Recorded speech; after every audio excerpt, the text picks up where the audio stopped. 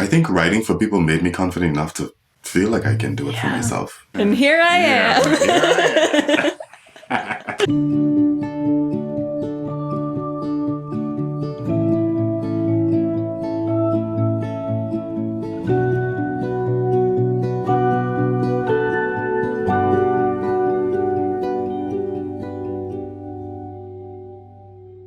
Welcome to Bedroom Studios Podcast, the podcast where we talk about what goes on behind the scenes in a musician's world and bridge the industry gap by bringing their stories, expertise, and advice to early career artists. Subscribe to join us for a fun chat about life as a creative person, tips and tricks for pursuing an artistic career, navigating the music industry, and more. My name is Emma De La Rosa. I'm a singer-songwriter based in Toronto, and today I'm interviewing Anwar McDonald. Hi. Yay! You're here! Yes, I'm happy to be here. Yeah. Yay.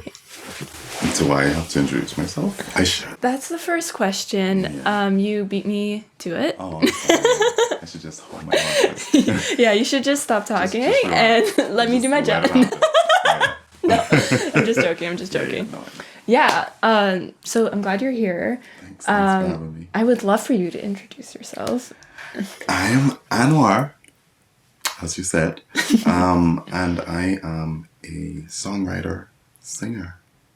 Nice. I'm gonna add some more stuff to that once I feel capable. I think I'll add vocal producer to that. I think you should add it now. Let this be. Let this be the first. Yeah. Let this be the time that you embrace it. Yeah. I am Anwar, and I am a songwriter, a singer, and a vocal producer. Yes. Yeah. Yeah. But thanks for having me. Producer. Yeah, I'm producer. I'm these are all things that I'm learning that I have been doing for a while or want to do more of. But I'm the type of person who just naturally say the titles that I'm confident in. So the other ones that I'm still kind of learning and figuring out, I'm like, yeah. Yeah, I feel like it's like, even for me, it can take me a long time for me to be doing something before I put the label on it. Yeah, absolutely. Yeah. Yeah, especially in this industry, because as well, when you respect it, you're like, can I say that? Can I say I'm a vocal producer? And I feel like I can say that.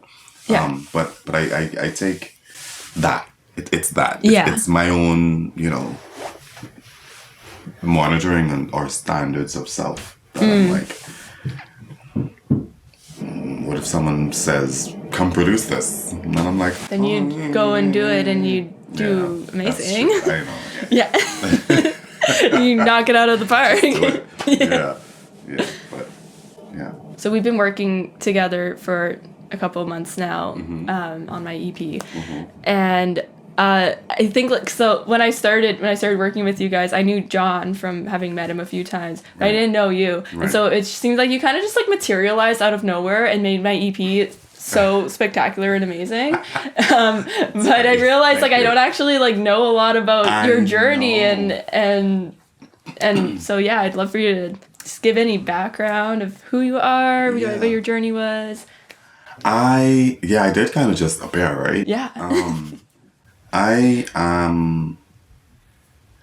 been doing music for a long time, but I started in the Bahamas, which is where I'm from.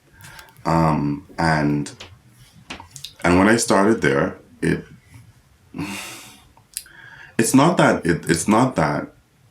I didn't think of it as a serious path. It's just that it's not an actual career path back home.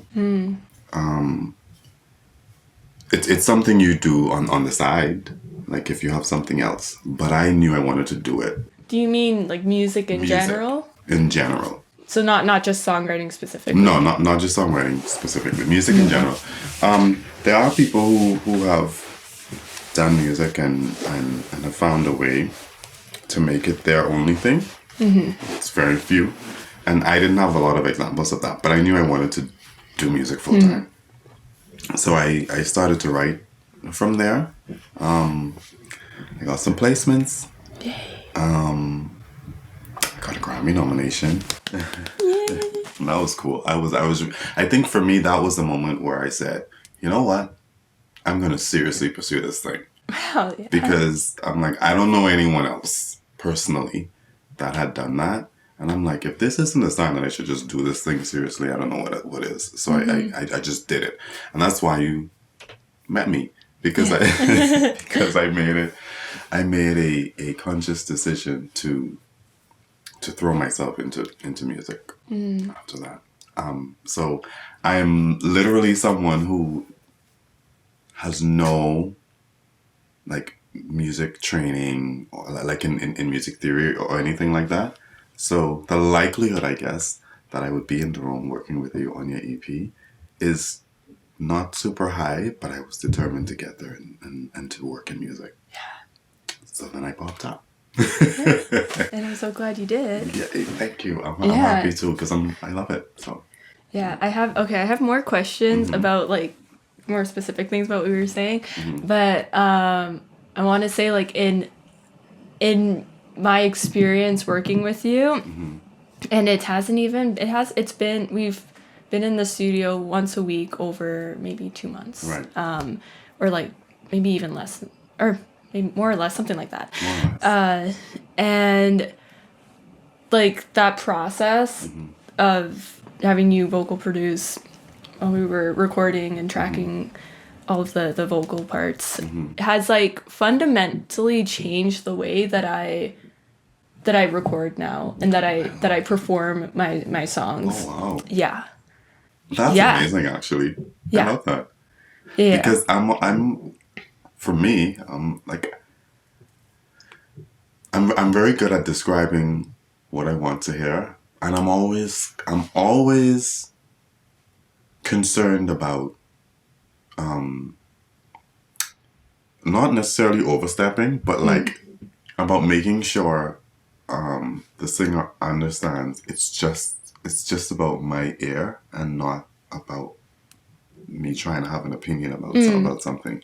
And so that walk of trying to do that, I'm always like, shit, I hope I didn't I hope I didn't overstep. So I'm happy to hear that. Yeah. That it was, Yeah. it was useful. Oh yeah, it was. Well, I think like honestly like the most helpful thing that, or like the most impactful thing that you would say during sessions is, I don't believe you.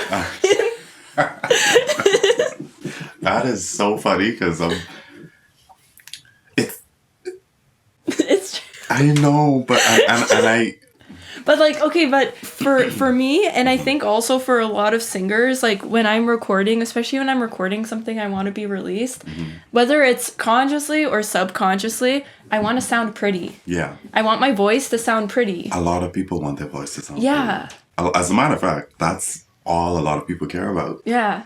But I know that, pretty voices are all over.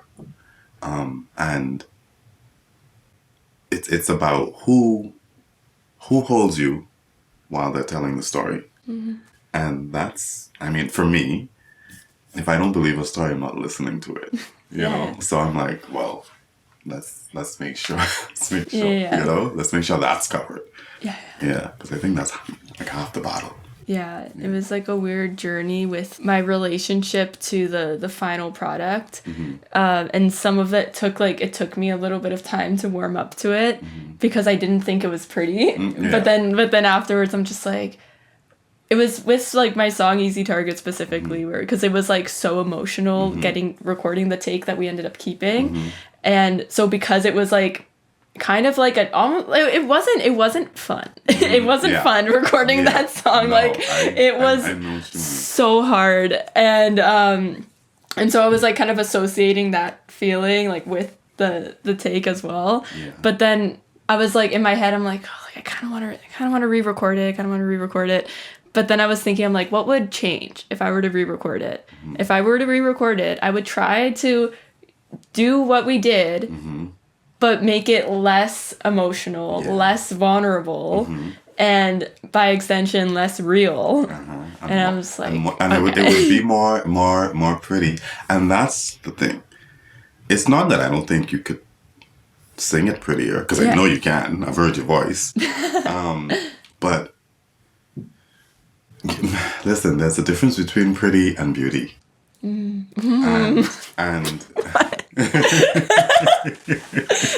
yeah, mind blown.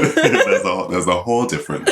So it might not sound as pretty as you'd like it to, but then that you can't allow that to miss the beauty in what's happening, and that's in the story, you know.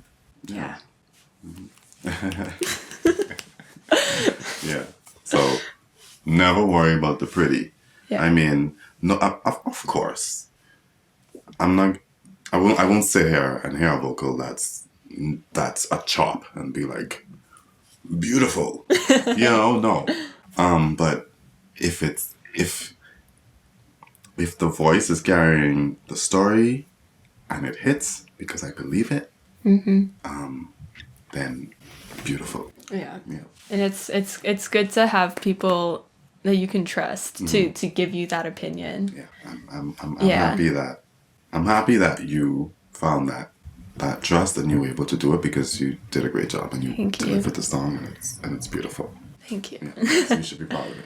Yeah, I'm trying to learn how to. I'm trying to experiment now with like how can I go there emotionally without it being like damaging to me, you know what I mean? Yeah. Because like when I'll do anything for my art within reason, but like really I'll do anything for my art. So like in the moment I'm like with the kind of music that I'm making right now, I get the best vocal takes when I'm like about to cry, like for real about to cry. And so when we were in the studio, I'm just like, okay, I gotta go there. And so I'd be like I'd be about to do the take, and then my head would be like, you are terrible, you are the worst. Like I'd be just like I'd be doing that sort of stuff, and I'm like, because that's what gets me there. It like triggers something in me. But now I'm just like, okay, we can't do that. That's not good. So we're gonna find some other trauma to exploit for this. That's like not gonna leave me with this horrible feeling for the next week afterwards. Yeah. And also, well, for me, how I look at that is I kind of look at it like there's a part of me that relates to this. It's not all of me. Yeah. Not now. You know, there's a part of me that really relates to this, and that can tell the story. And then I find that part of me. Yeah. But I have to be clear that it's a part of me, because like you said, coming back from it can be this exhausting thing. Yeah. But that's if it feels like, oh, this is me, and I'm very clear. Even if I'm writing for someone, I want to go somewhere real, and it takes me. I describe them as like wells. So people in my life that are muses, I describe them as like a well that I go to for like creative. You know, and you go and you draw something from the well. But I'm aware that this is a part of me. Yeah. It's not like all of me. So coming back from that is just realizing that there's a part of me that I had to go to for that. It's not my entire being. You know? Yeah. Yeah. That's great. Okay, I want to go back to the other thing. The other thing we were talking about. So you were talking about how you got some placements earlier in your career. Can you tell me? Can you tell me about that process and like what happened? What did you do? Well, I was writing a lot back home at the time. Like no one knew who I was or cared about the fact that I was writing. So I literally had to pay every time I went to the studio just to build a catalog of songs that I'd written. So I was doing that. Like I was going after work and going to the studio and paying to record my ideas. And the person that I was working with, he was a producer and an artist. And so he also wanted me to write some music for him, and I did that. And that was like on the radio, and that was the first time like I had songs on the radio back home, and I was like, oh, this is great. That was local. But there was, I just knew I wanted to do it beyond that. I just knew I wanted to do it beyond that. Ever since I was a kid, I would read like the liner notes and albums, and I just wanted to do this thing. But then, so his songs were on the radio. He's a producer, and an artist, a reggae artist from Jamaica came to Nassau, and he heard some of the work, and they had met, and he asked him to work.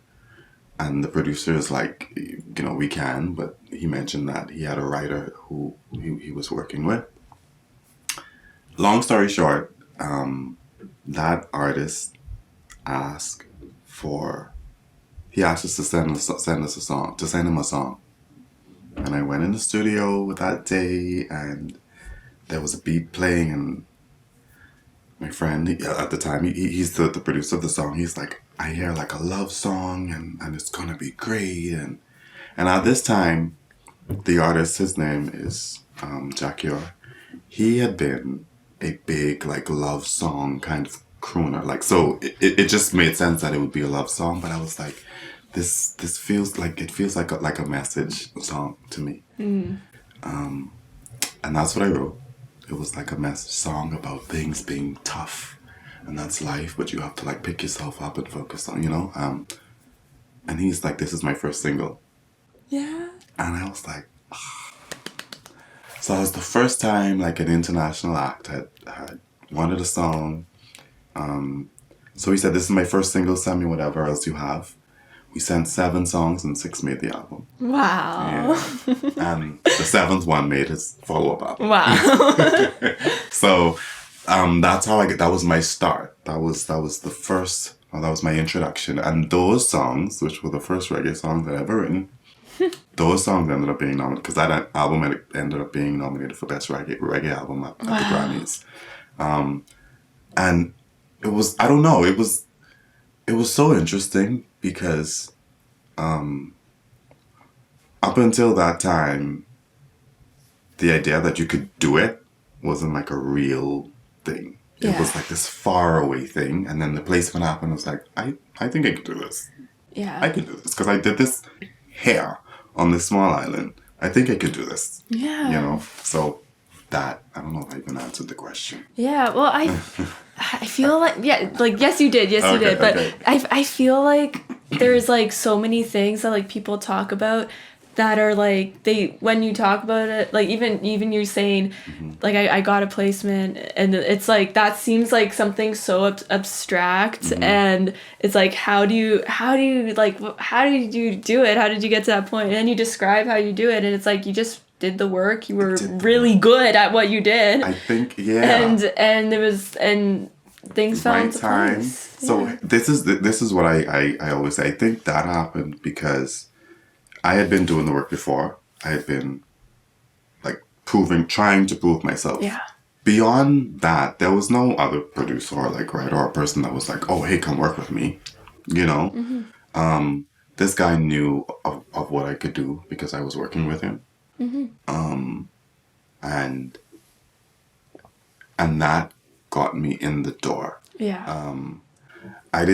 There was no specific thing that I did other than write my butt off up until that point, and that's how, I don't know, oddly enough, that's how every other placement that I had happened. It was just someone hearing the work and being like, so who's that person? And then like, who did that? And then getting an opportunity to try out, and then doing it, and then that person liked it, and it's that whole cliche thing about success being like when opportunity meets preparation. Yeah. Yeah. So I worked hard to prepare, and then the opportunity came, and scared as I was, I did it scared, and then ta-da, And here I am. Yeah.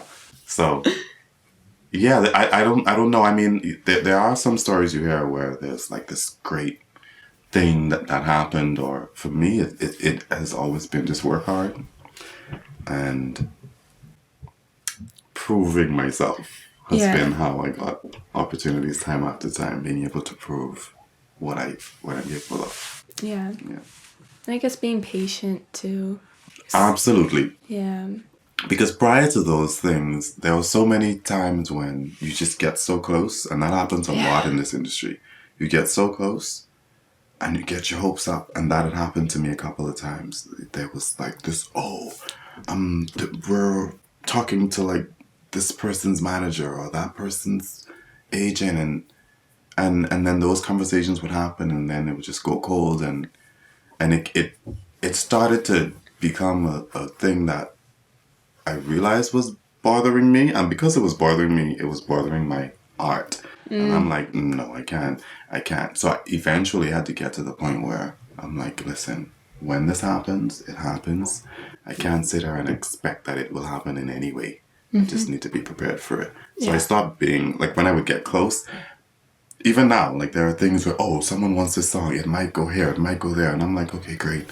If it happens, then I'll be happy about it. Yeah. Until then, let me just keep writing and keep working. Yeah. Oh, yeah. Yeah. I feel like I'm a chatty patty. That's literally the purpose. Yeah. People are like, "Oh, I'm sorry for talking too much." I'm like, that's I actually, Anwar, I brought you on the podcast. Just have you sit here and look pretty. Yeah. I can do that. Yeah. You're not allowed to talk anymore. I know. Just gotta zip it. Yeah. Can you tell me more about your thoughts and approach to storytelling? Well, first of all, my first approach to storytelling is honesty. And when I say that, I think some people mean, like biography, like every word is true to my life. It can be. I think what I mean is, like, when I say honesty, I mean an honest connection to the story. There's something in this story that I connect to.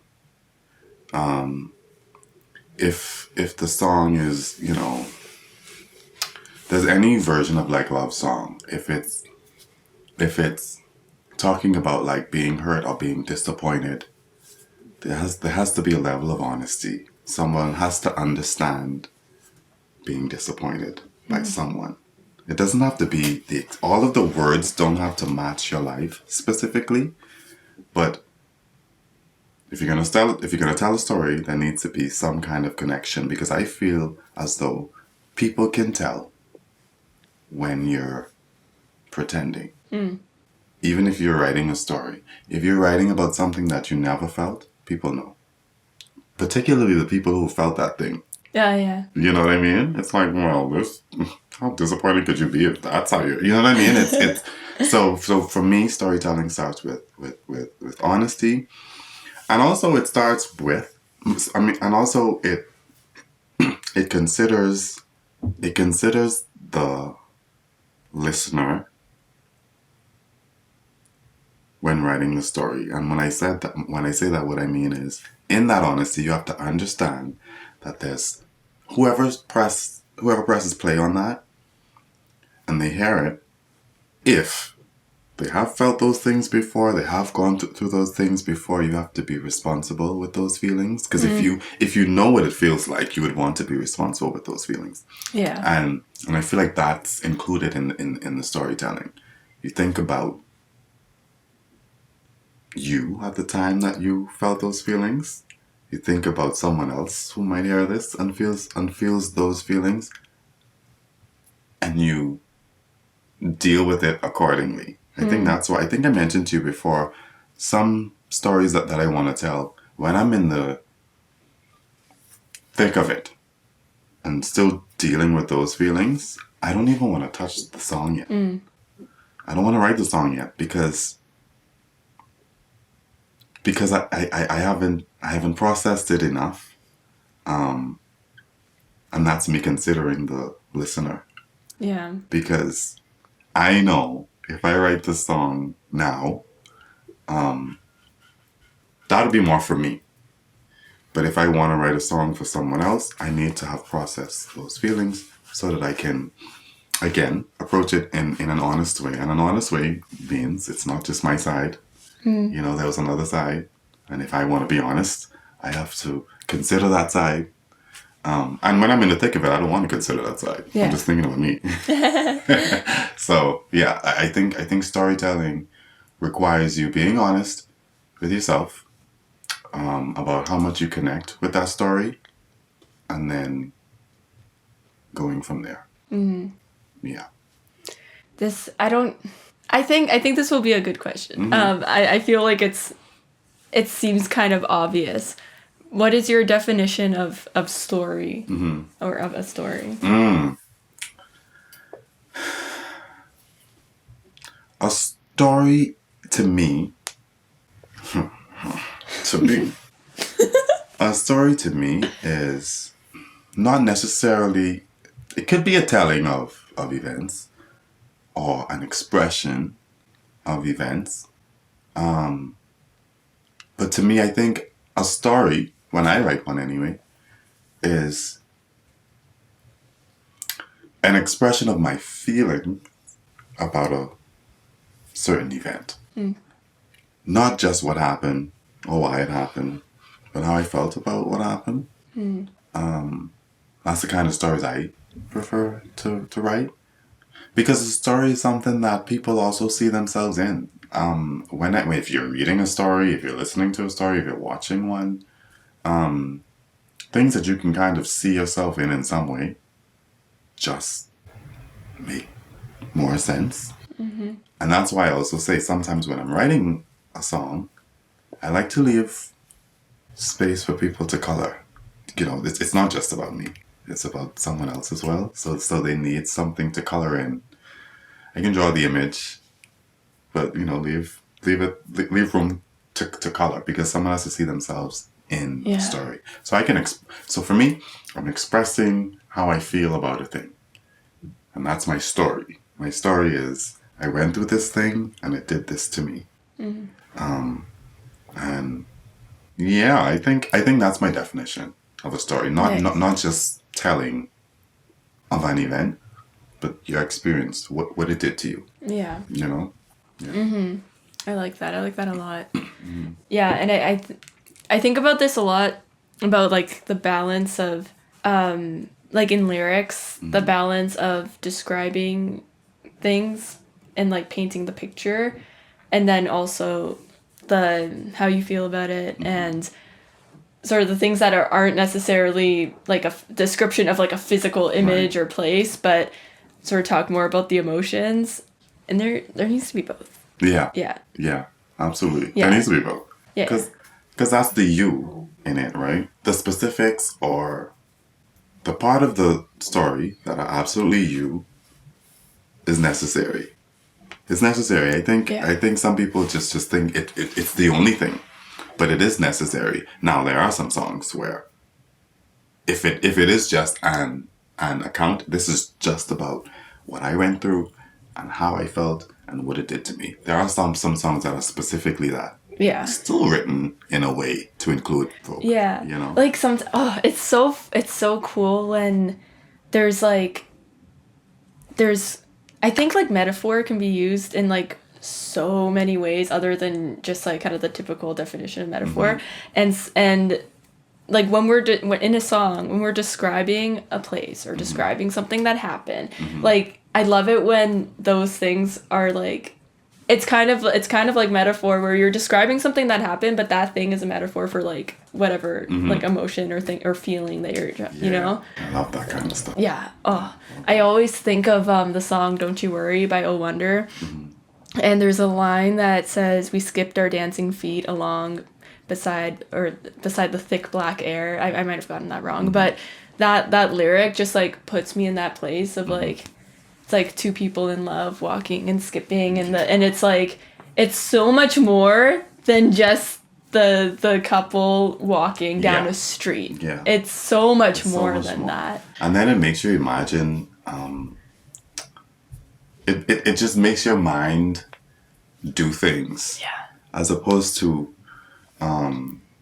like you said, as opposed to just, because there's many ways he could have said that. It makes your mind imagine what that looks like. Yeah. It's just cool. Yeah. Yeah. Love it. Yeah. Love that kind of stuff. Yeah. I have more questions. I just need to think of them. No. Yeah. Sorry. It's always the transition between topics where I'm like, I just need a second. Yeah, no worries. Drink some water. Mhm. This is fun. This is going good. Okay, so. That's so funny. Stop. Okay. Yes. Wait. No, I need to stop laughing. So correct me if I'm wrong. My understanding is that you were pretty much only working as a songwriter up until recently. Right. Would you like to? I'm not gonna say anything more. Would you like to share? Is now the time, or Sure. is there going to be an unveiling later? No, I mean, listen. I am actively for the longest time I was a songwriter. As you heard me say earlier, I'm a songwriter, singer. I've not been saying that, and I'm saying it that way intentionally because I feel like I am a songwriter, singer. Me too. Yeah, I don't feel like I'm a singer-songwriter. And so, but now I'm working on my own project. Yes. I'm working on a solo project that I'm so excited about. I'm excited about Yes. I'm so excited about it because, well, you've heard some of it, but I'm so excited about it because it's a completely different approach to writing than I've taken before. Every time I was writing for someone else, I was very clear that I was writing for someone else. And I usually try to, like, I do research. Like I told you, the artist that I got the placement for, I literally, before I wrote anything, I'm like, I've never written reggae music. I can't go in here and not know anything. So I started to do my research. Before I did it, I went to his pages. I did research on him. I went to his comment section and saw what his fans were talking about under his other music videos and saw what they liked and what they what they appreciated about him and his music before I even touched it for him. So now when I'm writing it, it's with the mindset of this is for him. And so this, he always said, it just fits. And it's like it fits. It's like magic, and then you're just there like. I'm like, here's the thing. I go and it's like, yeah, magic. For example, that song. I mean, I don't know. Maybe this sounds like Loserville to some people, but that song, for example, there are times when I don't do it often. I've probably done it like 3 times since I wrote that song, 3 or 4 times that I can recall. And that song's been out for maybe 10 years, but sometimes I go to the comments on YouTube. Yeah. Because I'm like... That's a dangerous game. I know. YouTube is ruthless. I know. I go to the comments, and even now, even this year, I went once this year, and when I see it, there's 2 things that happens. It's amazing to see what people say the song has done for them and how they love it. But at the same time, most people have no clue that there was a songwriter involved. They probably don't care. All of the credit is given to the artist. They're like, this song changed my life, and you this is the best you've blah blah blah blah, right? Yeah. And that doesn't bother me, to be honest. But it does show how. It does make me feel good about how much I do research for an artist. Yeah. But when it was my time, I'm like, oh. So I need to you're in the spotlight. Yeah, I need to go inward and that has been interesting. Yeah. Because I realized it's been interesting for 2 reasons. One, I had to call bullshit on myself. I'm like, you had to say, Anwar, I don't believe you. I'm like, no. So the lines that I would write that would completely work for someone else, for me, I'm like, no, that's not how you feel about that. So I'm excited about that. I'm excited because it made me write in a different way, but also the stuff that I'm writing for me have been happening so easily once I got out of the way. Yeah. Like once I was like, yo, this isn't about making myself look good. This is about making a piece of art that I can be proud of. Yeah. And then, like, so even the idea is constant. I'm sure I can probably do about 3 full-length album worth of material with stuff that I've done for this project that I'm just gonna narrow down to. That's exciting. You know what I mean? Yeah. So that was really, that's really interesting, and that's why I'm really excited about my own project. But yes, I'm excited. I'm excited for you. thank you. I just wanna rise to the occasion and not let fear stop me from doing it. Doing it the way I know I can. Oh yeah. Yeah. I want to ask you about. I don't know why I'm starting all of my questions with. I want to ask you about this. It's like whenever I ask my dad a question, I say, "Dad, can I ask you a question?" And then he always says, "You already asked me one." And then recently he's been going, "No, you have one. You only have one question a day, and you used it already." You already used it. I should just ask the question. Wait, let me think about what I'm gonna say before I say it. Okay, because it's there. I just need to find the words. Yeah, no worries. So I know that you write a lot, and I've been finding for myself, like I don't put pressure on myself to write, and I write when I just have a feeling. I have a feeling that like something will come out, like I'll be inspired by something, or I'll have an idea. And it's like a feeling that like if I go and write this song, it will come out. And luckily, I get that feeling pretty often. Right. But like from like a craft perspective, I would very much like to increase my output and write even when I don't feel inspired, you know? I find that when I'm in a place where I'm like, I don't have that feeling of like flow of like with the ideas and everything, it's a little bit more trickier, and then I get in my own way even more. Yeah. So I was wondering if you can speak to that. Yeah. The thing about that is like they kind of go hand in hand, I think. Maybe that's because I just do it so much as well, because I sometimes I've said to Jonathan before, for example, there are times where it's like muscle memory, and I can write a song using my talent. I like to write songs using my creativity. That's when flow is happening. That's when, and that usually happens. The way my mind works is, if I hear music, more likely than not, my brain is gonna start to create a song. Yeah. Usually, it for me to find flow without music is probably a little bit more difficult, but it's not difficult, because even still, sometimes I'm just walking and listening to my feet on the sidewalk, and then that alone that starts a melody, and I realize that I find it very easy to do that. But when I don't feel like doing it, I can rely on what I just call muscle memory, because there are times when you don't feel inspired.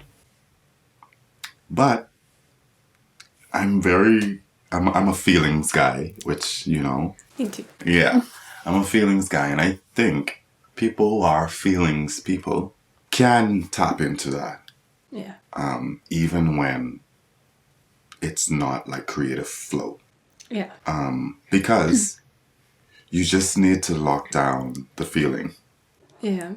And when you lock down the feeling, you can usually squeeze something out of it. I don't like to squeeze things, and I always say that.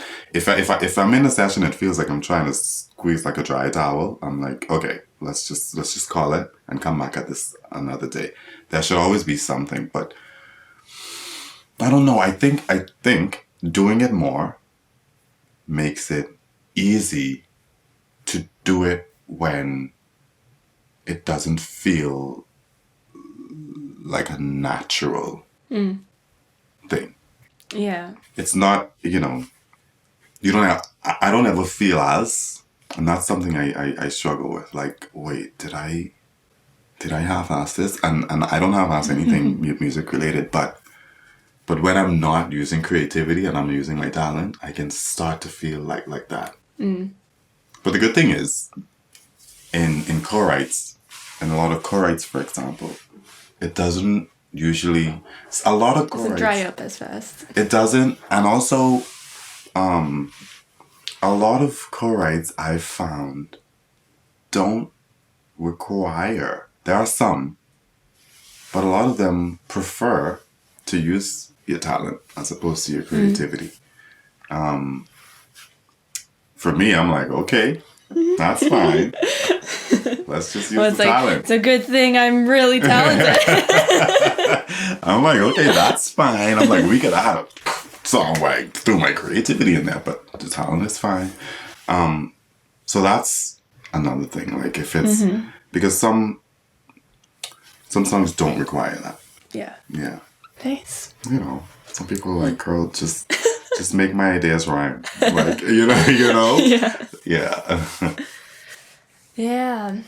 Man, I was going to say something and I forgot. Oh, you forgot? That's because I was talking so long. No, this is the point. It's just like, there's just always, I'm noticing like when I have conversations with people, it's like a lot of like mental work where I'm like thinking about what you're saying, processing what you're saying, thinking about what I'm going to say next, trying to process what I'm going to say next, and then having to like actually say the words of what I'm going to say next. Yeah, no, it's all just fine. Yeah. All of it.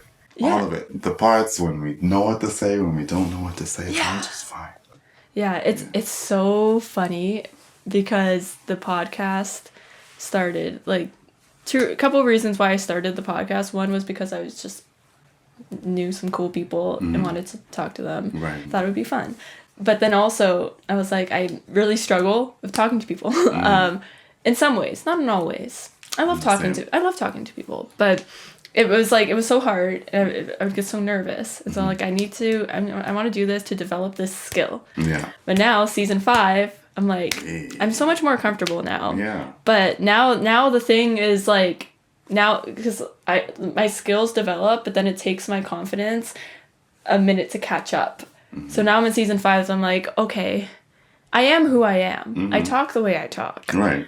Now I need to just accept myself for it. Yeah. And just like, this is something I had to say to myself recently. And in spite of all of the, the unfair kind of standards, expectations, whatever we have for ourselves, I'm like, yet I'm still doing it. Yeah. Yet I've still done all of the things that I've done. Yeah. I am like you, I am shy. I am someone who, I can talk to people.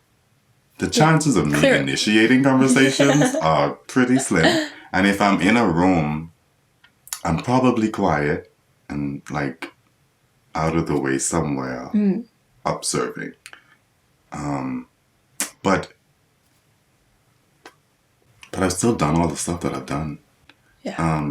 And one could argue that, if I was different, I would have been further, and I might have, or I might not have. But you're doing all of the stuff as yourself, and you're still making it happen. Yeah. So it's like, okay, I mean, these things are, and it's very, very important. Some of the things I might think about myself are true. Some, because it's not all. Some are true, and yet here I am. You know?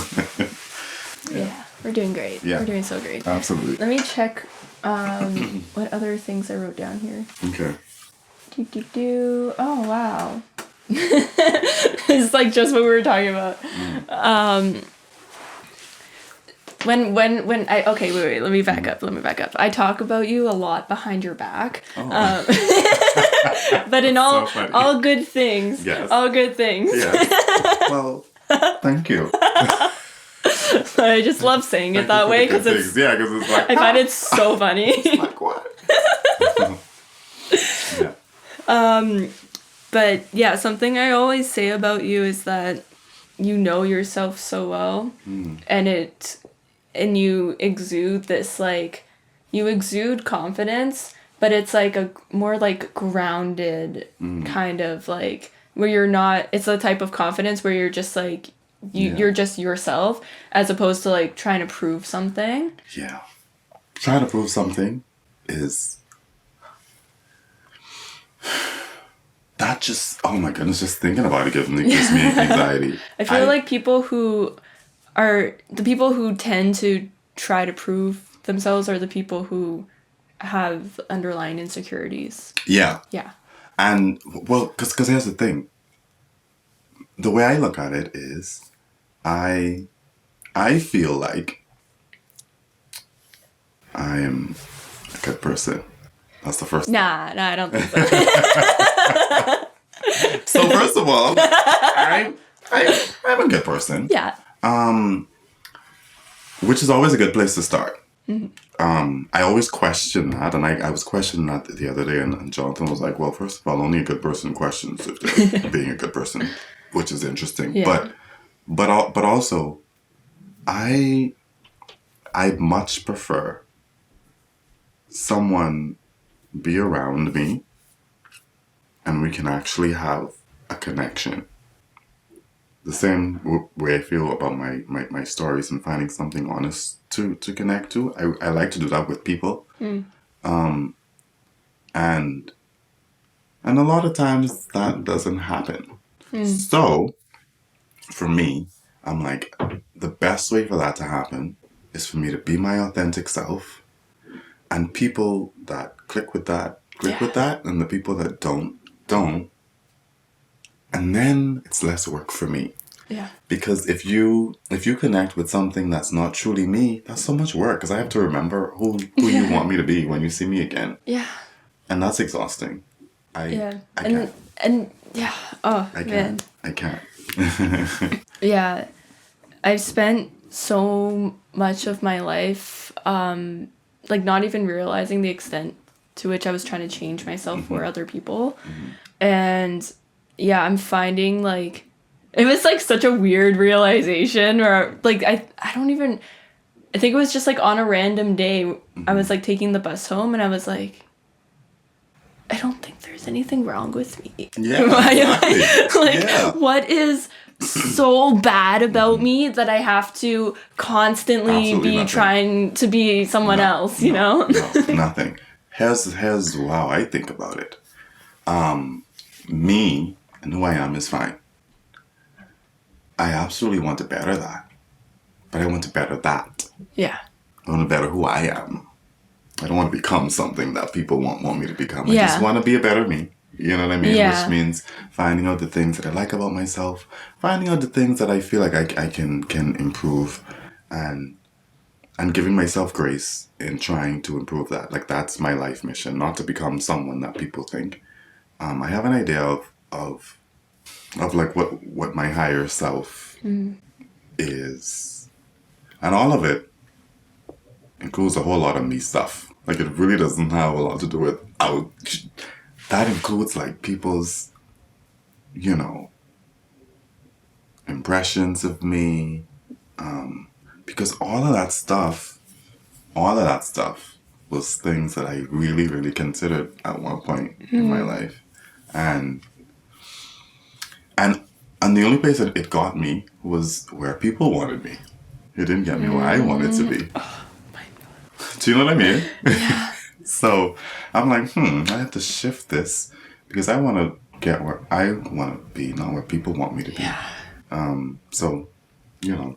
This past month, I don't even know why, but I've been having to work through a lot of fears of like that are not like nothing in my reality has like is threatening me in this way, you know, but I've been having a lot of fears of being misunderstood.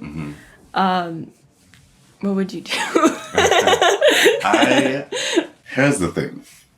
This particular topic, I am actively working through, and just recently, like just days ago, I realized that some stuff is not for me to figure out. It's more important for me to understand myself than to make sure someone else understands me. Now, before, I needed to be understood. Not only did I need, either I needed to be understood or I needed to understand where you misunderstood me. And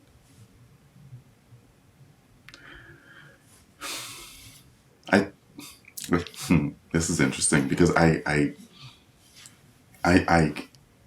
believe some people don't even misunderstand you. They just don't rock with the version of you that you're trying to be. And they're like, what's that? Yeah. Because I mean, if it was me, I'd prefer this. And that's not misunderstanding me. That's just choosing to not see me. Yeah. I think like some people, they also like project their version of their reality. Yeah. On, you know. And if you see me, and when I say see me, like you, if you see me and you, even if you don't understand me, but you understand that these are the things that he loves, these are the things that are important to him, I think you can understand that. You can understand something being important to someone. You don't need to understand me. You can understand that this is important to me, and you understand what something being important to someone feels like. So that's why I said I feel like it's like a choice. It's not that a lot of people don't understand you. It's just that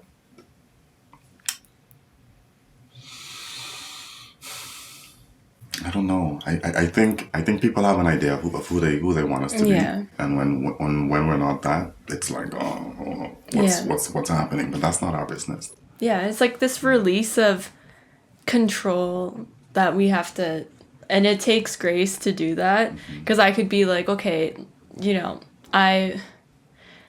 like for me it's like, what if I say something and my like what I meant doesn't come across and they take something completely different from that. That's not my that's so out of my control. Like how am I, you know? It's out of your control.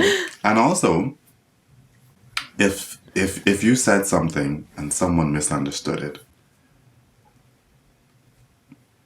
I feel like there are two types of people in the world. Someone who seeks understanding and someone who just... Because I like to consider intention. Yeah. So like if you did something and I'm like, wait, I wonder if Emma... Because I might have received it in a way where it was like, what? But when I received that, I can do one of two things. Just receive that as, can you, like, look what she said to me. Or I can get clarity about it. And you would be like, oh, no. What I meant was this. Yeah. If I allowed that to happen, meaning I allowed us to have the conversation and then we come to understanding, that's very, very different than me just taking something, having misunderstood it, Because then all that means is I think the way that I've processed this is absolute and correct. It can only mean one thing. And I'm right.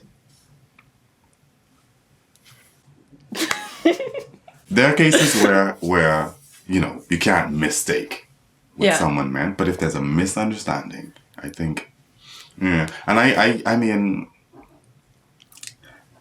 some people seem hell-bent on misunderstanding you, is my point. And I think those people aren't trying to understand you. I think those people are trying to control you. They want you to be more like what they want. And what better way to get you to do that than to make you feel like the way you want to do stuff is, blah. It's very wise. I mean, I don't know. You're very wise, Anwar. That's another thing I tell people behind your back. So wise. I don't know. I grew up around old people.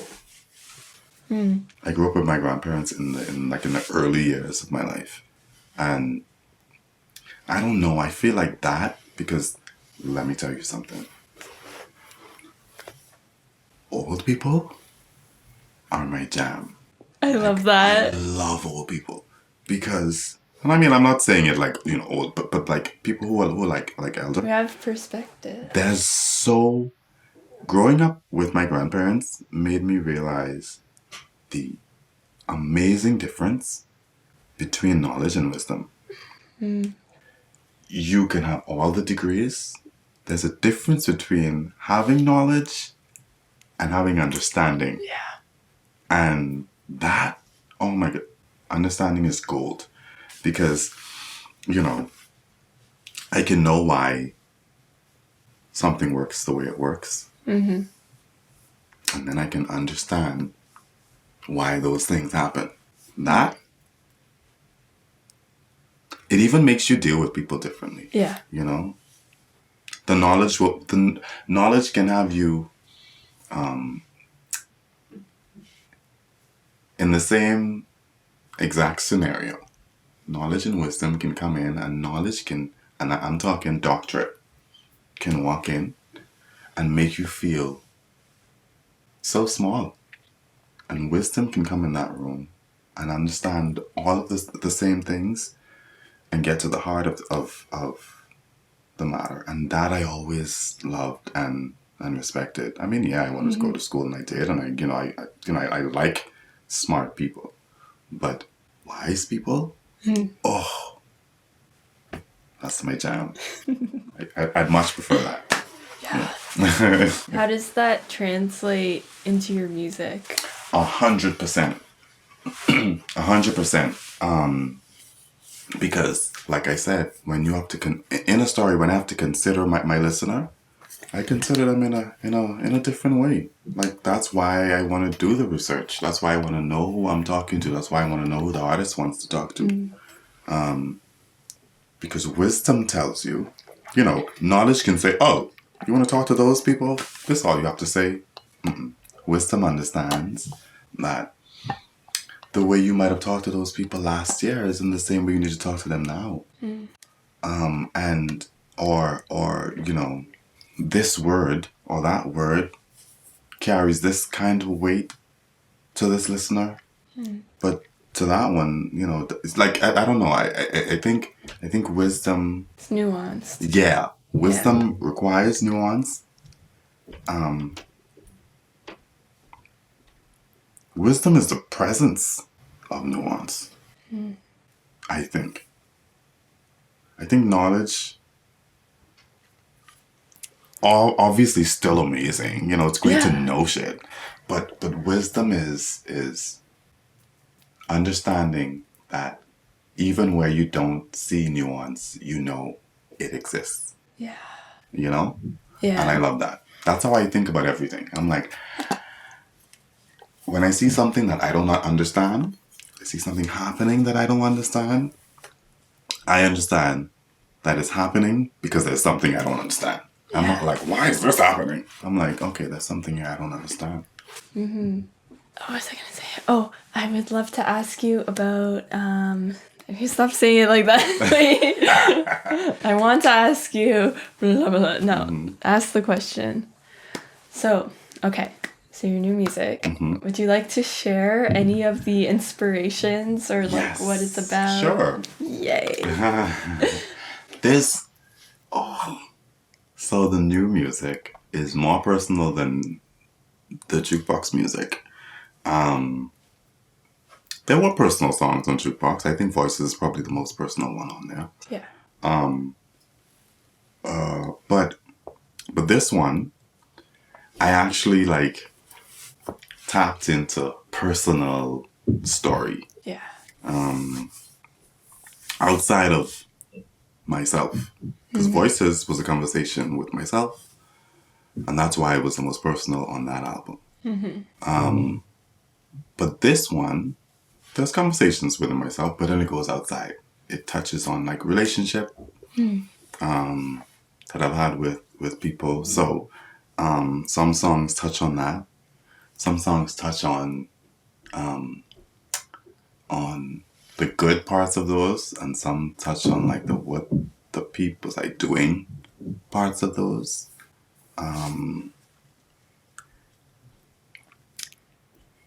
It's, you know what? It's a vulnerable part of me. It's vulnerable, but there's with like grace applied. It's a little bit of sensuality, I guess. But I'm unapologetic about expressing how I feel on this, and I like that. I'm not as I'm not as judgmental about myself as when I started, which is really cool. Because in the beginning I was like, okay, now I'm gonna do an album, and now I have to, I need to. And now I'm like, no, I'm just gonna say what's on my heart, and I'm gonna see how it works. And at the end of the day, I'm gonna choose the songs that fit. How did you get to that point? Well, one of the worst things to me is being a hypocrite. I don't like to be a hypocrite. And the more I work with people, the more I did vocal production, the more I tell someone like, I don't know if I believe that, I'm like, well, I can't do my project and not hold myself to the same standards. I'm like, no. So as I listen to some of the songs, some of them, the way they started, and when I tweak them after, it's like, okay, no. Like, I can hear when I'm just trying to make a song, as opposed to when I'm actually expressing. So that's the standard that I'm holding it to, because I hold other people to it. And I can't do that for people, and then when it comes to mine, I'm like, oh, just do what you want. It's like what we were talking about with like how we see ourselves and like, being misunderstood, all that stuff. It's having integrity is like, it's kind of like the guiding post to know that, because we could be that person that's like, that's trying to misunderstand without even realizing it. But if we have integrity, then it's like kind of keeps us in check with ourselves. Yeah. And that's important to me. I worry about my own opinion more than anything, more than anyone's.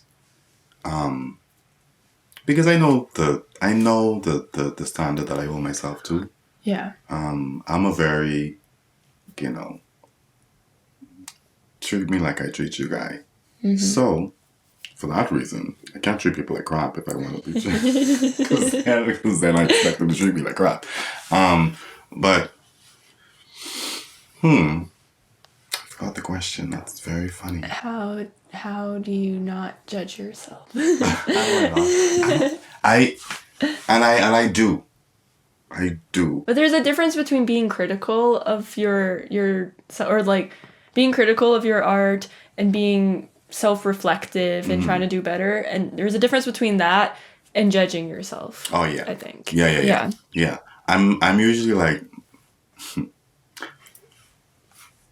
the minute it doesn't feel true, it doesn't feel like it applies, it doesn't feel, I'm like, okay, well, this has to go. Like, I mean, it's literally one of those things, like, it doesn't even require saying, like, you know what's honest to you. I'm like, okay, all right.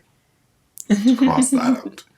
I had a moment like that the other day where I realized that judging myself didn't feel honest to me. I was like, well, gotta go. There you go. Got to go.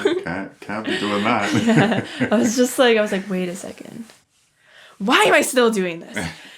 Stop it now. Yeah. We're not taking this crap anymore. We're not saying those things.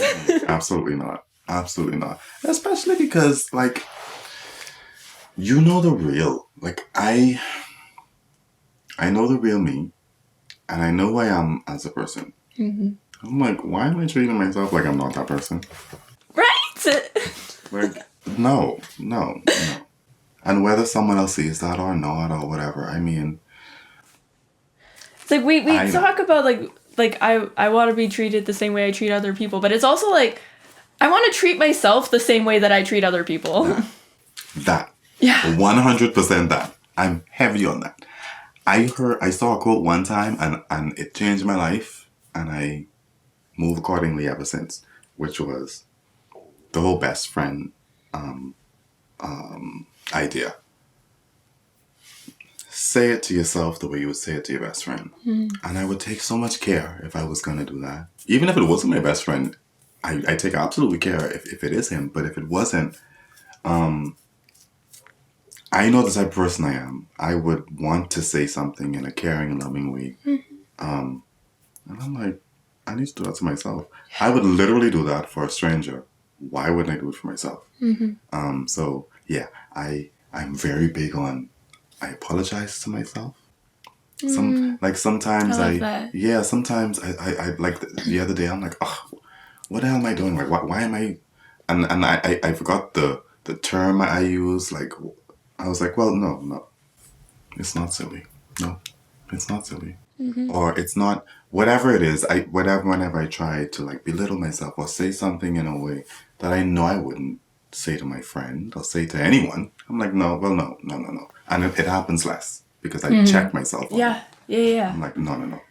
Yeah. No. And then I'm like, no, sorry. I'm just frustrated, but this is, I think that's important. Yeah. Like I was saying earlier, I can't remember if it was on camera or not. We'll see. But I think it was on camera. It was in this. Anyways, doesn't matter. You've either heard it. I'm going to repeat it. For people like us who are very ambitious and who go for our dreams and do the work and push ourselves out of our comfort zone, a lot of times we'll be doing things and it will take our confidence a minute to catch up because we'll go for it and we'll do it scared. Yeah. But then, like, it's that process of, like, dragging it along with you. And, like, it's like you develop the habit of the thing you're trying to do, doing it scared. You get better at it. But then you have to also, like, develop the habit of how you talk to yourself throughout the process and how you view yourself. Oh, and waiting for your you said that in a beautiful way, because waiting for your confidence to catch up. Oh, that is such an interesting place to be. I think that's the place where a lot of people who might have certain ambitions or goals, that's where a lot of them flee. But I don't know. I think, like, for me, doing music was like, I don't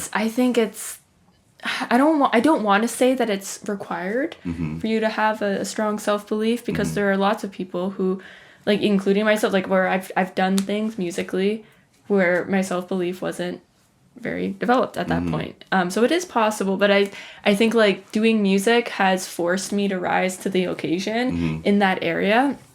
And my biggest leaps in self-confidence has been whenever I'm doing a big music project, because it's like I have the vision and I need to steer the ship to get get the vision realized.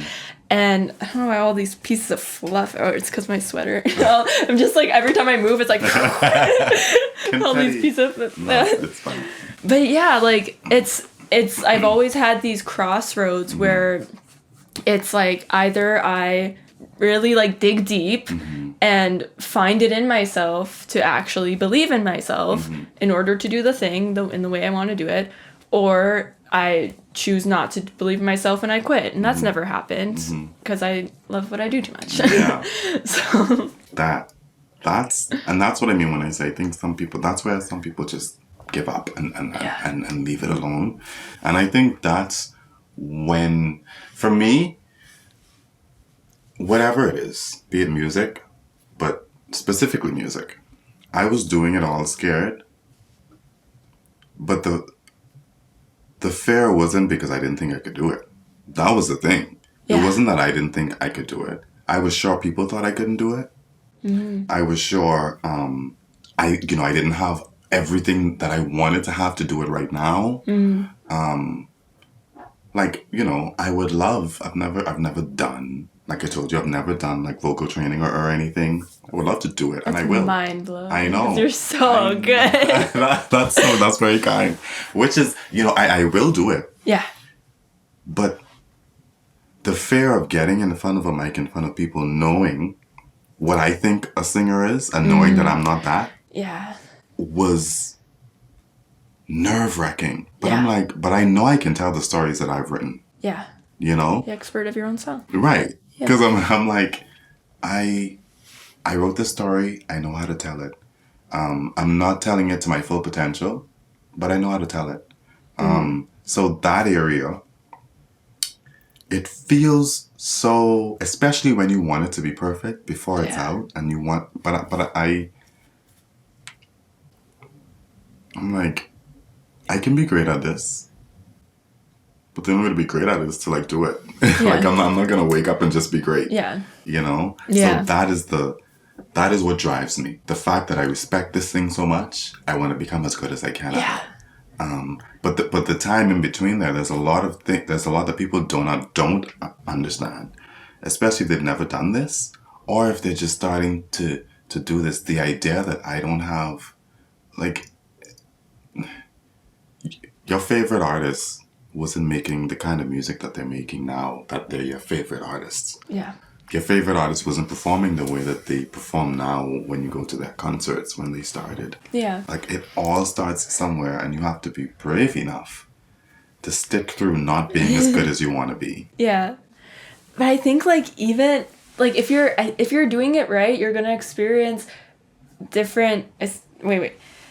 Yeah, you're going to experience periods of intense growth doing stuff. And... Even for this EP, working with you guys, I know that, like, if I were to have recorded, insert song 2 or 3 weeks after we actually recorded it, it might be better. But the only reason I can say that is because we went through the experience of recording it. And it's... So, like, sure, I might be able to do it better now. But at the same time, it's also, like, you're capturing a moment in time. And I think that, like, I don't think I would. Like, it's... Even though there might be things that I would change, it's, like... It's... Like, the time... And the place and the when we did it. It's baked in there. And it's, like, it's all part of... that project. Again, like, what would it do? It would make it, like,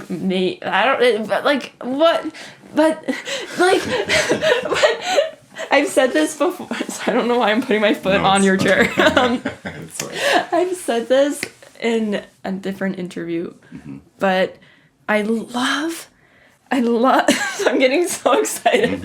I love the idea of the story being the North Star, because there can be so many, like, subtle differences in, for example, a vocal performance that's still, like, all of those can hit and be the one. And it's not like one, because I used to have so much anxiety about recording my vocals for real. Like recording the vocal and knowing that it's going to be the one that ends up on the recording. And I think subconsciously I felt like it had to be one way, or there was like one version of it that was the perfect version of it. But like there's so many different ways to tell a story, and as long as you're telling the story, you know, there's and as long as you understand like that, you know, because for example with your EP, I think I remember saying to you one time, like, the thing about these songs is they're about, like, today you might probably don't even feel like this. Today I don't even feel like this. But there's a part of you that, okay, this is how I once felt, and visiting that and doing it and just kind of pouring something real, like you said, from a real moment. Those things you can't. What was the thing you said? Sorry, you didn't finish your sentence. No, it's fine. What thing I said? I don't remember. You were like, the thing I told you during your EP, and then you... Yeah. I think I mentioned something about how, because I remember you said, like, some of the songs, it had been a while since you'd written them. Oh, yeah. And, like, going back to it and those things. And I'm like, you know, just for a moment, you just need to connect with the feeling of then, because you can never recreate, like you said, once something happens in that moment, you can't recreate a moment. Yeah. You can't. But to tell the story, you can connect to a feeling and tell a story from that feeling. And even while we were recording it, you were telling the story, and it had some of it had different feelings. Yeah. And then you kind of chose the feeling that you wanted to, because I'm like, okay, this feels like this. This feels like this. There's a confidence in this one that's not in this one yet, or there's a knowing, because depending on the feeling you attach to, the story takes on a different life. Yeah. If the way you're emoting it feels, there's a way you can emote it that feels like you're still there. It feels like you were there, and all of that is a part of the storytelling, and all of it can be captured at different times. It's just a matter of, but anyway, yes, moments can be recreated, and I know that now. I used to think about even the songs on the Jukebox album, and I love those songs, and then I hear them and I'm like, I would totally sing this better now. Yeah, but that's always the case. Yeah, it's always the case. And but in those moments though, those songs did what they were supposed to do at that time. I think like there's a lot of people will talk about how like, oh, I can't listen to something I like made when I was like 10 years ago because it's so bad or whatever, and now that they look at it, I feel like for me the goal is like when I make a project, I know that I will look back on it and there will be things about it that I would change now or that I might do differently, but my goal is to be proud of what I did, no matter how long it's been. Like, and I think you could still be proud of something and have things you want to change about it. It's so funny because I feel like I've talked, because like these first 3 episodes are with the team, right? Yeah, so I've talked about the EP a lot on these episodes, and I've talked so much about the fact that I didn't like that one vocal take or something like that. I'm like, I don't want the impression to be that I just hated how my voice sounded every time we recorded, you know? Because that's not the case. That's not what happened. That's not the case at all. It was just like a very powerful experience, because I was so emotional after that day. It was like, it was so hard, but it was like such a cool turning point for me. And like, this is what I was like when I said at the beginning that it changed the way how I approach recording myself. It was literally that. And it's like changing the way how I engage with my emotions when I sing and when I'm performing, because like, man, like we said something real. And sometimes it takes all of like the mental, emotional stuff a bit of time to catch up and to realize those things. Absolutely. But yeah, no, I had a great time in the studio. Mind you, here's the thing. Like all of those, and I told you this before. All of that stuff you were pouring into the record. Yeah. And people will feel that. Yeah. Someone cried. I showed her the bounce and she cried. Huh? I showed my friends one of the bounces. It wasn't even like the full mix and match. Like, she cried. I love that. See, because and I was like, I didn't know what to do. So like the song finished. I'm like, do you want some chocolate? Yeah, but like, and particularly with the kind of songs that you wrote. Yeah. When you put vulnerability in on a record, it better feel like vulnerability. Yeah. You know what I mean? Because then otherwise, it just feels like, I know I can write songs about feelings, and here's one. You know, and I think people who are actually feeling those things don't respond well to that. Yeah. I like to say I don't like to insult listeners' intelligence. And if you've been through anything, you know when someone's insulting your intelligence, because you've heard those songs. You've heard songs that touch on a topic, and it's like, okay, I mean, I guess, but okay. And then you can hear a song about that same topic, and you're like, nah, this person been through it. Yeah. This person knows what I went through. It just scratches that itch. Yeah. It gets there. It really gets in there. Yeah, get in there and do the job. Yeah. What time is it? Oh my god. Okay. Huh? Oh, did you think it? Were you scared it stopped? No, I just checked the time. I'm like, wow, okay. Time flies. Time flies. We could end it. Is there anything that you have going on that's exciting that you want to share? Well, the only thing is my project that I'm working on. I'm trying to do more creative stuff as well. I like to write in general. I can't wait for you to write a book. That's what I don't know. It's not even that I think that you need to do it. I just think the world needs you to do it. That's very sweet. Yeah. That is so sweet to say. I want a coffee table book with all of your quotes. I think I want to, I don't know. Jonathan's like, start to write down stuff. Yeah. Here's the thing. I'm stuck between feeling like I have something important to say and feeling like I talk too much. You know what I mean? No, so I don't know what you mean, because every time every time you open your mouth, literally everyone's just like, wow. But that's so funny. But I'm like, but you know, I'm very much. But I feel like I've been talking a long time. That's why you need to write a book. Because then you can talk, right? No, because then you can, because books are long. That's true. And then yeah, we can I don't have to worry about being like anyone who wants to read it will just continue reading. Exactly. Yeah. On like closing until they want to read it. If you had a podcast, I'd listen to that shit every day. Oh, that's cool. I thought about it. We talked about it. We talked about it. Walks with Anwar. Anwar's words of wisdom. Where is it? Come on. It's not there yet. It needs to be here. Maybe it'll be here. You know what?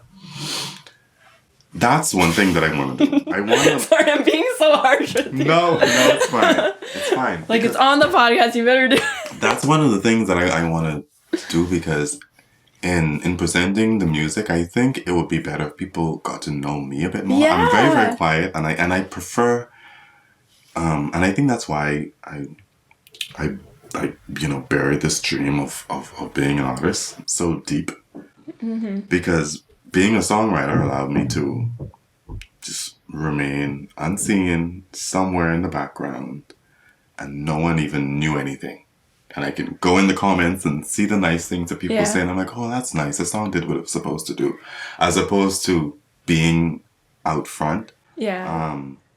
But now, I want to do that, and when I say I want to do that, I want people to get to know me a little bit better. I'm a very private person and very quiet and shy, but I feel like I want people to know me a little bit more so that my music makes sense to them as well. I have two things. One is that I think the way you talk about things and like talk about your inspirations is so cool because it's like, even like you say you're a private person and like, but you express the thing without needing to give all of these like details.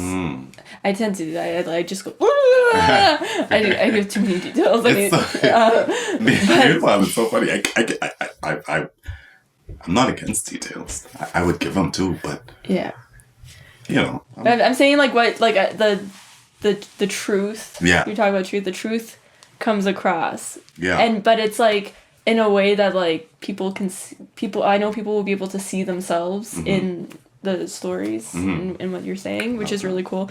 The other thing I was gonna say is that I think it's kind of funny how we're kind of like doing the opposite thing now. I want to be a songwriter. Right. I am a songwriter. You are a songwriter. I am a songwriter, Exactly. but like you've written amazing songs, so you're a songwriter. Thank you. But like sometimes I worry that I'm like, am I going in this path because I don't want to like be in the spotlight? Well, and it's I don't know. I think I think that the like I love performing and I love telling my stories. So I love that. But I think that writing songs with other people is like the most, it feels so aligned and authentic and it feels so right. And I don't have like there's some like with the songs I write by myself, sometimes it's a bit different where I might want to sing them, but like I think in general I don't have as much attachment to like who needs to perform this song. Like, it doesn't have to be me. Right. But yeah, like I don't I sometimes I worry that because if I'm doing this, I don't want to do something for like a reason of because I'm not confident or because I'm trying to make myself smaller. Yeah. I make myself smaller and so like subconsciously all the time. I'm trying to recognize it. I don't think that's what's it's happening. just like I feel like I can be more confident when I'm behind the scenes supporting people. Well, also, I don't think it's that you're escaping that. Wait, I'm sorry to interrupt you. I just want to like clarify myself. I don't think that being a songwriter is like making yourself smaller. No, like I don't think being behind the scenes is that. No. Yeah, it has nothing to do with that. But what you're talking about is your own experience. Yeah, and wondering if by doing so, you're trying to escape one thing, so that you but I don't think that's what's happening. No, I think I feel like I'm opening up more when I'm doing this. As someone who did it the opposite way, I think writing for people made me confident enough to feel like I can do it for myself. I think what you're trying to do is expand, not shrink. Yeah. Because what you will then be forced to do is not just write a song that you relate to, not just write a song that fits you. Mm-hmm. You'd have to stretch yourself to do that. You'd have to, and also, I think what's happening is, much like me, your mind sees how much excitement is there. There's so much newness in writing for a new person each time, as opposed to, and just naturally that is more exciting. I love when I'm writing a song for a girl because it stretches me. It makes me think of things differently. Those are my favorite songs to write, actually. Same. Yeah. It's like, I have a theory. Yeah, it's girl time and it's amazing. I have a theory that I've said before, and I will say it again. Please do. All music is about women. All of it. Yeah. And when you really think about it, as someone who's written as much as I write, I've found that to be true. Yeah. Even if I'm writing a song for a guy, I have to consider a girl. Yeah. I can write a song for a girl and never consider a guy, and it would still work. It would still work. But that's just also because a lot of the sensitivity is like lie there. I don't know if that's the right word, but you know, songs are about feelings. Us guys are a lot of times are told to avoid them. And so writing a song for a guy requires a different muscle than it does for a girl. When I'm writing a song for a girl, I told you I'm a feelings guy. So I get to really get in my bag and try to understand how she felt. I can never fully understand it, but the I love the idea of flipping the coin. I love the idea of writing a song about from the perspective of, if I'm writing a song about being cheated on, I would love to write the song about being the person doing the cheating as well. It does this thing, it stretches your mind, it makes you think about the ways that you're not perfect. Because a lot of times we write a song from the angle of, this is what happened to me. And I like to go in and then also write it from the other side, you know, the person who did it, because they're also having an experience. And they're experiencing you. And I don't know. I think that's what you're after. I think you're after the growth and the just excitement and fun that comes with putting yourself in someone else's shoes to write for them. Like it just gives you a good place to go. Yeah. So when it's time to return to do your own thing. And when you come back to do your own thing, you come back with like so much more. So I don't think it has anything to do with me neither. Trying to like and dodge anything. The thing that I've come to realize is, you know, like I guess like anxiety is an emotion, I guess, that helps us understand when something's not quite right. But for me, it's my baseline anxiety is like very high. But when I feel an absence of anxiety or like a little bit less, that's the barometer where like when I feel peace in doing something, that's when I really know that it's right for me. So like, yeah, this feels very aligned. And my favorite part of the music making is collaborating, and that's the name of the game when you're a songwriter. And it's been so fun. It's so I love that. I love that for you.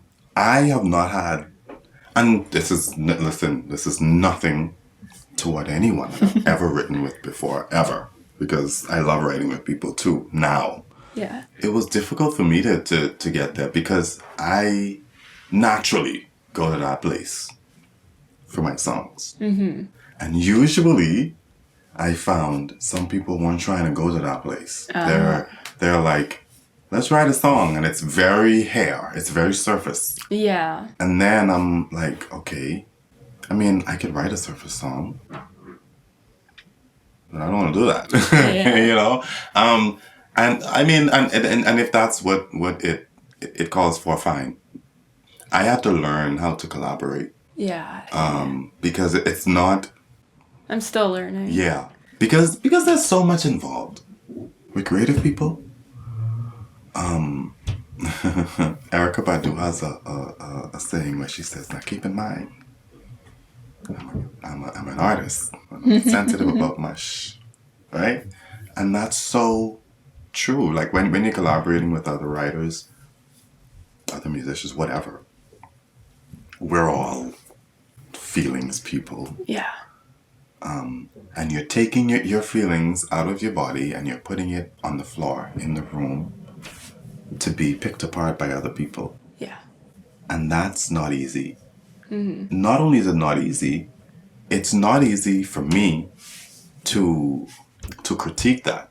Because once it's out of you and it's on the floor, I'm someone who's also an empath. And I know what it took for you to do that. So once it's out, I'm like, oh. That's why I'm very selective with who I collaborate with now.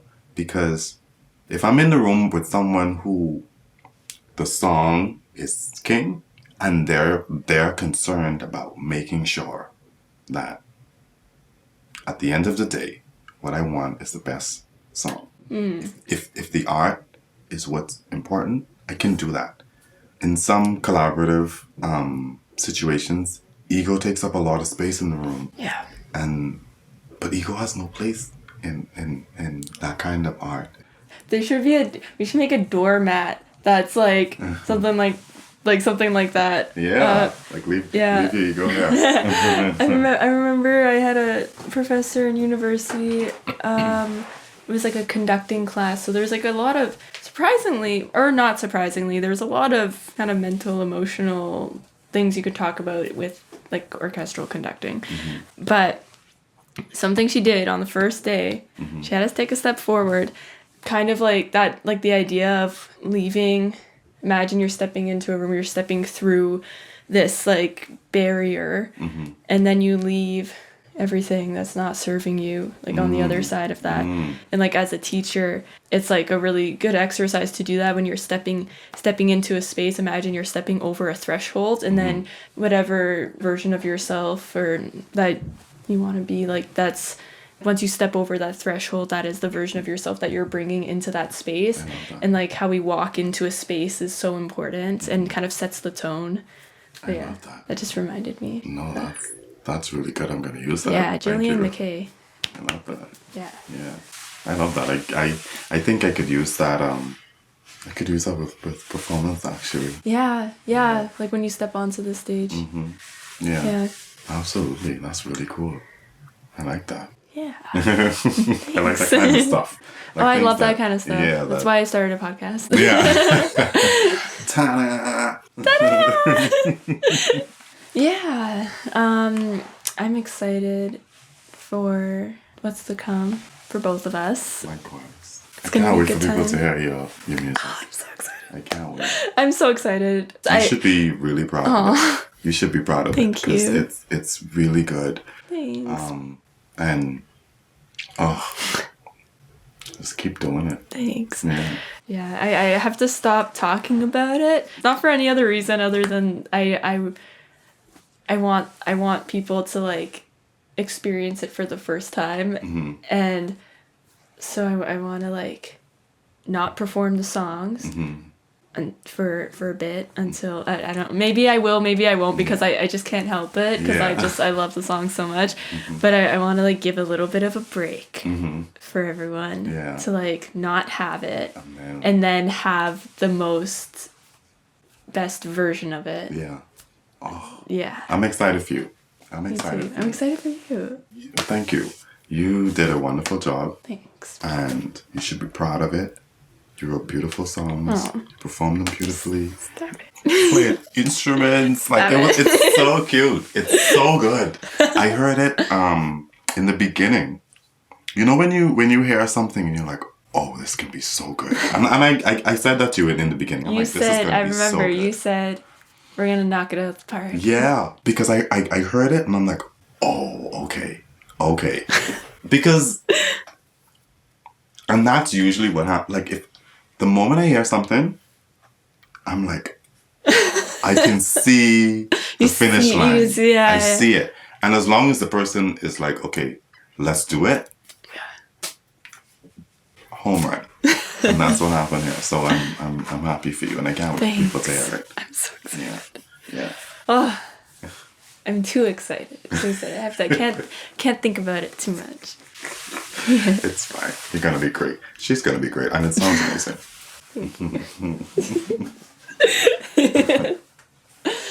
Well, we should probably end it here. It's been like 2 hours. Oh, okay. That's nice. I forgot to ask Luke the final 2 questions. Okay. I was gonna be like, maybe I just should stop asking the final question so it's consistent. But I'll ask it. I'm gonna ask it. It's fun. It's fun and cute. Okay. What piece of advice would you give to someone beginning their career and wanting to do what you did? And I know I said this before. So there's one piece, but I will add like another one if I can think of one. You really have to believe in yourself. And I can't say that enough. And that's, I'm sure, people are so sick of hearing that because it's so cliche. But I think when people say it, they say it in a way that makes it feel cliche. But when you really understand what that means, in this career, I would not be sitting here talking to you if I didn't believe in myself. Because Neither would. yeah, I wouldn't. when people don't understand what it is that you're going to do or you're trying to do, they don't understand. If you understand what you want to do, understand that it's going to be hard work. Understand that if you're still doing it, you think that you could do that hard work. So if you believe in yourself, you have your ideas, you have your plan, only you know what you are willing to do to make this thing work. And hold on to that. And that's what I mean when I say stay believe in yourself, because there's so much that's going to happen. Like I mentioned, you get so close. Yeah. And if I didn't believe in myself, when I got so close and then have it go cold or have a door close or have that stuff chips away. Yeah. And it's only believing in myself that kept me doing what I do. Yeah. I would have already just ran away and tried to find another job, and it gets difficult. And when it does get difficult, when you don't know when you're going to see money again, when you don't know who's the next artist you're going to work with, or if you're going to do it, or if your music is going to be out, or what it's going to...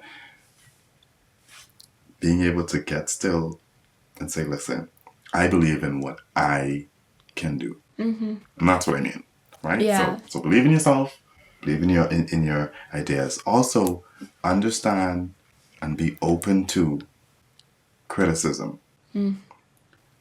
Not just any criticism, but the constructive kind. I realize people love to hold on to the compliments, but they don't want to hear the criticism. Or I disagree. I think people love to hold on to the criticism, but in like a negative way. In a negative way. Yeah. Yeah. Like you always remember that one mean thing someone said to you about your song. But then there's a flip side of that. There's a person who, if someone says, "Oh, I don't like this song," they're like, "Oh my God!" And then someone's like, "This song is amazing." They believe that one, but they don't want to hear the other one. Yeah. Sorry, let me rephrase. Not I don't like. This song is okay versus this song is amazing. They would just run with the amazing. Yeah.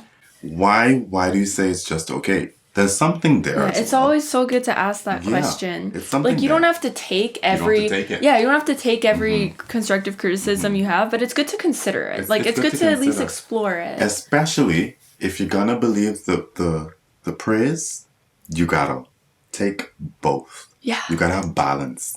Yeah. Otherwise, that means I'm gonna believe all the good things people say about me, and none of the bad. And you're never gonna grow. You're never gonna grow.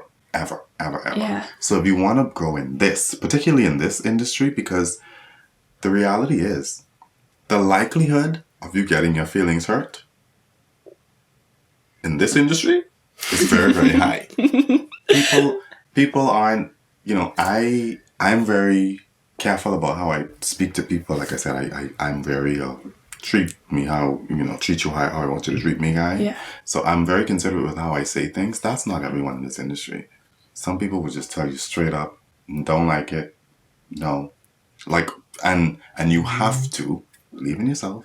And you have to be understanding and aware that criticism does not mean you could write a song today that's not good. That doesn't mean pack your shit and never write a song again. You know what I mean? But if you're not open to it, that chips away, and then and as long as that is chipping away, you're not growing. And for me, I remember the first time I got a reaction I wasn't too crazy about, and I was like, but I worked so hard on it, and then I was like, well, you know what? That's true. You know what I learned? Wait, sorry, there's two things. I'll tell you something I learned. I'll tell you the other thing before that. Wait, what did I distracted myself. Oh yeah, I was gonna say, I was thinking the other day, just because you work hard on something doesn't mean that it's good. Just because you work hard on something or you have an idea that you spent a lot of time on doesn't mean that it works for the song and should be used in the song. And I'm saying that, like, me saying that, like, I would never say that like that to another person, but, like, it's just kind of, like, a truth that I know for myself. And it releases a little bit where, like, I could work hard on things, and it doesn't mean that it's going to turn out great. But I'm thinking of this more as, like, as a songwriter, like, when you're building a song, or, like, as a producer. Sometimes I have to go there and explore the idea. Yeah. To realize that it's not working for the song. Yes. But if I'm afraid to go there, and if I'm afraid to fully explore it, I'm either going to miss out on something that could have been good, or I'm going to always wonder what if. And no one wants that. Yeah, and sometimes you just have to try it out. In trying it out, that's when you realize that, and then that's where you grow as well. I'm big on that. I'm big on trying the idea. If you have it, try it, and then when you hear it, you're like, oh, that works, or maybe not, or it sparks something else. But some people have their ideas in their mind. And this is my advice to anyone who's doing this: just because it came out of your brain doesn't mean it's gold. Maybe for you. I feel like anything that comes out of your brain is gold. Well, you're very sweet, but I guarantee... It's like easy to say that when you're Anwar McDonald. So I guarantee. So for me, I'm like, So the moment you realize that, just because I thought of it doesn't make it right, doesn't make it good.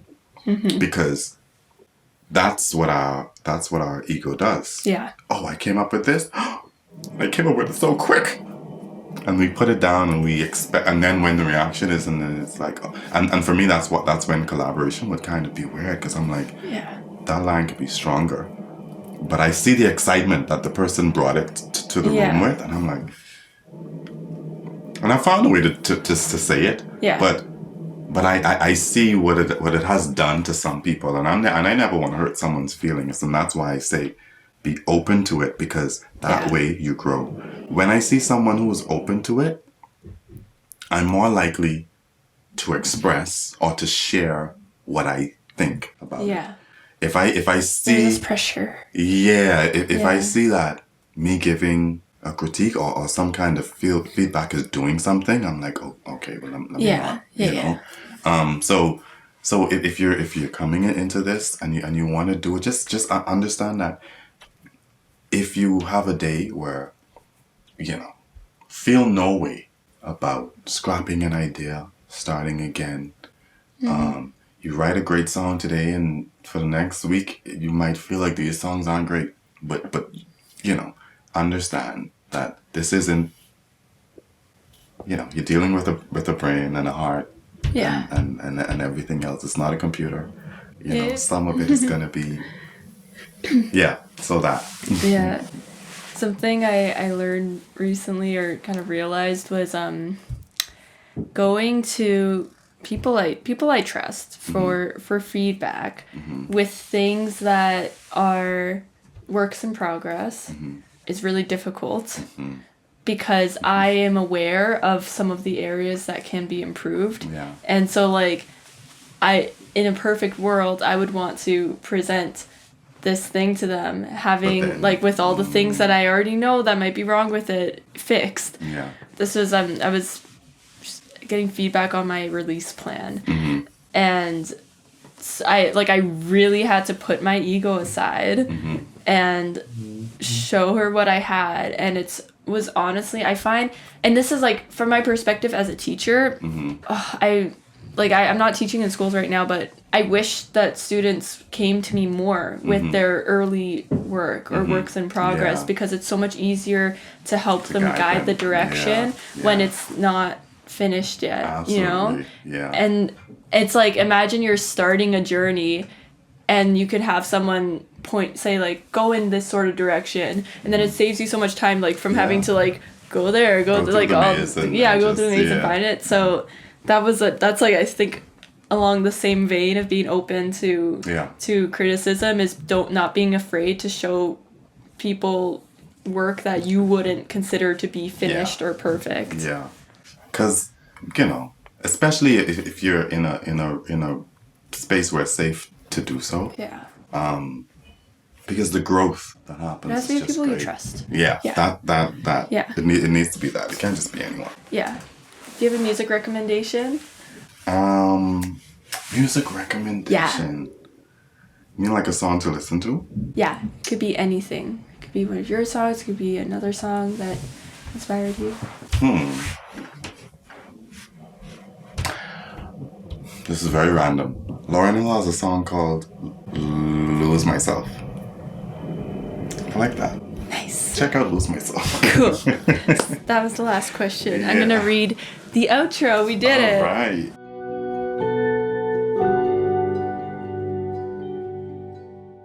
This was fun. Okay. It's always so hard for me to read the thing. Okay. Thank you so much for listening to this episode of Bedroom Studios Podcast. Don't forget to add this episode to your playlist and follow us at Bedroom Studios Podcast. You can follow Anwar on social media and check out his music. All links can be found in the episode description. Thanks again for listening, and we'll see you in the next episode. Done. High five. That's... Yeah! That's so cool.